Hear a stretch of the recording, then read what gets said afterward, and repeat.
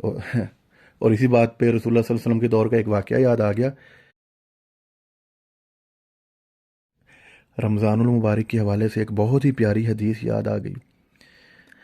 میرے محبوب نبی کا ارشاد ہے کہ روزہ آدمی کے لیے ڈھال ہے جب تک اس کو پھاڑ نہ ڈالے۔ ڈھال ہونے کا مطلب یہ ہے کہ جیسے آدمی ڈھال سے اپنی حفاظت کرتا ہے، اسی طرح روزہ سے بھی اپنے دشمن یعنی شیطان سے حفاظت ہوتی ہے۔ ایک اور روایت میں ہے کہ روزہ حفاظت ہے اللہ کے عذاب سے، اور دوسری روایت میں ہے کہ روزہ جہنم سے حفاظت ہے۔ اب روزہ ایک ڈھال ہے، ایک شیلڈ ہے، اور شیلڈ کتنی مضبوط ہوتی ہے یہ آپ جانتے ہیں، ڈھال کتنی مضبوط ہوتی ہے۔ اب ہم یہ دیکھتے ہیں کہ وہ کون سا ایسا عمل ہے یا وہ کون سے ایسے اعمال ہیں جو روزے کو بھی پھاڑ دیں، اتنی مضبوط شیلڈ کو بھی۔ تو ایک روایت میں ہے کہ کسی نے رسول اللہ صلی اللہ علیہ وسلم سے عرض فرمایا، یا رسول اللہ، روزہ کس چیز سے پھٹ جاتا ہے؟ حضور نے فرمایا کہ جھوٹ اور غیبت سے۔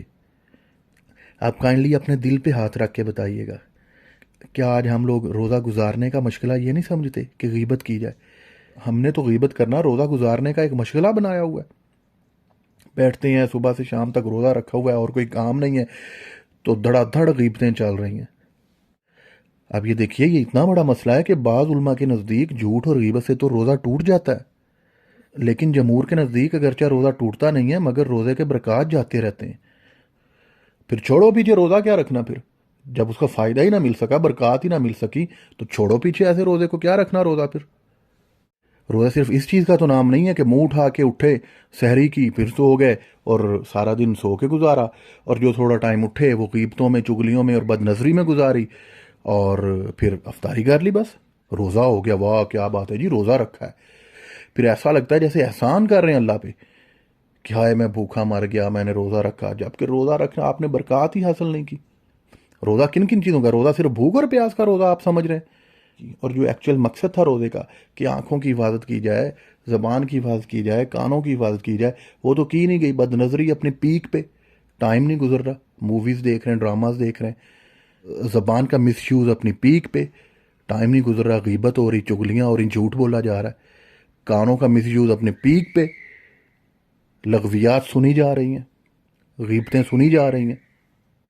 بلکہ ایک روزہ دار کا تو ایٹیٹیوڈ یہ ہونا چاہیے کہ اگر کوئی اس سے غیبت کر رہا ہے یا کچھ بری بات کر رہا ہے تو وہ کہے بھائی میرا روزہ ہے، مجھ سے نہ کرو یہ بات۔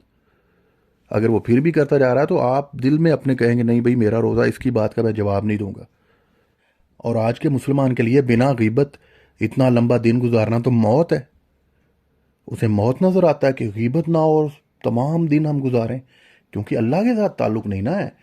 خود کو روزہ رکھنے کے باوجود بھی ان مشاغل میں نہیں جو ہے وہ انوالو کر رہا کہ جو اللہ کی قربت کا ذریعہ بنے، تو پھر ٹائم جو ہے وہ بہت زیادہ لگ رہا ہے کہ روزہ تو گزر نہیں رہا اور اتنا بھی ٹائم پڑا ہوا ہے، تو پھر غیبت کے بنا روزہ کیسے گزرے؟ وہ تو موت نظر آتی ہے۔ اور اسی بات پہ رسول اللہ صلی اللہ علیہ وسلم کے دور کا ایک واقعہ یاد آ گیا کہ دو عورتوں نے روزہ رکھا اور ان کی کیفیت ایسی ہوگی کہ جیسے وہ بھوک سے مری جا رہی ہیں۔ تو صحابہ نے یہ ماجرا رسول اللہ صلی اللہ علیہ وسلم کی خدمت میں پیش کیا، تو آپ نے فرمایا کہ ایک پیالہ بھیجو اور انہیں کہو کہ اس میں قے کریں۔ تو جب ایک پیالہ بھیجا گیا اور اس میں ان عورتوں نے قے کی تو اس میں گوشت کے ٹکڑے اور تازہ کھایا ہوا خون نکلا۔ لوگوں کو حیرت ہوئی تو حضور اکرم صلی اللہ علیہ وسلم نے ارشاد فرمایا کہ انہوں نے حق تعالی شانوں کی حلال روزی سے تو روزہ رکھا اور حرام چیزوں کو کھایا، یعنی دونوں عورتیں لوگوں کی تمام دن غیبت کرتی رہیں۔ اس حدیث سے ایک اور چیز کا بھی پتہ چلا کہ غیبت کی وجہ سے روزہ بہت زیادہ معلوم ہوتا ہے، حتیٰ کہ وہ دونوں عورتیں روزے کی وجہ سے مرنے کے قریب ہو گئی تھیں۔ اس سے یہ بھی پتہ چلا کہ ہم نے جس غیبت کو، جس گناہ کو اپنا مشغلہ بنا رکھا ہے، اللہ رب العزت کی نظر میں وہ کتنا قبیح گناہ ہے کہ روزے تک کا اندیشہ یہ ہو رہا ہے کہ روزہ ٹوٹ رہا ہے۔ اور آج دن رات، صبح شام، آفسز میں، گھروں میں، جہاں چلے جائیں غیبت ہو رہی ہے۔ اتنا خطرناک گناہ اور پتہ بھی نہیں۔ اور اس سے یہ بھی پتہ چلا، اور تجربہ بھی اس کی تائید کرتا ہے کہ روزے میں اکثر متقی لوگوں پر ذرا سا بھی اثر نہیں ہوتا، اور فاسق لوگ جو ہیں وہ اکثر ان کی بری حالت ہو جاتی ہے کہ ہائے مر گئے بھوک سے، وہ یہ ہو گیا، وہ فلاں ہو گیا، وہ نہیں رکھا جا رہا، میں نہیں رکھ سکتا روزہ، بڑی مشکل ہو رہی ہے۔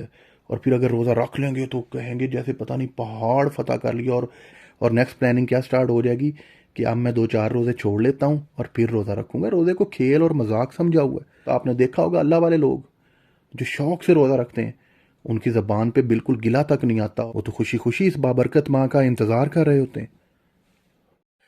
اب جیسا کہ رمضان المبارک کا مبارک مہینہ شروع ہو چکا ہے، اس میں بہت مواقع ہیں کہ اللہ کی قربت پائی جائے، اللہ کی قربت حاصل کی جائے۔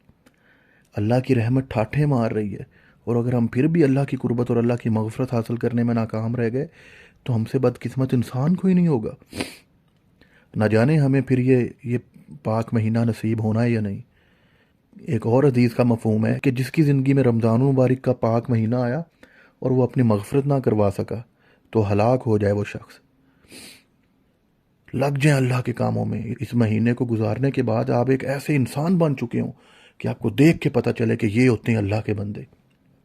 تو اس مہینے کا خوب فائدہ اٹھائیں، اپنی تلاش کریں، سوچیں ہم کون ہیں، ہم کیوں آئے دنیا میں، ہمارا مقصد کیا ہے۔ خود کو تلاش کریں، اللہ کو تلاش کریں، خود کو جوڑیں اللہ کے ساتھ، فائدہ اٹھا لیں اس مہینے کا۔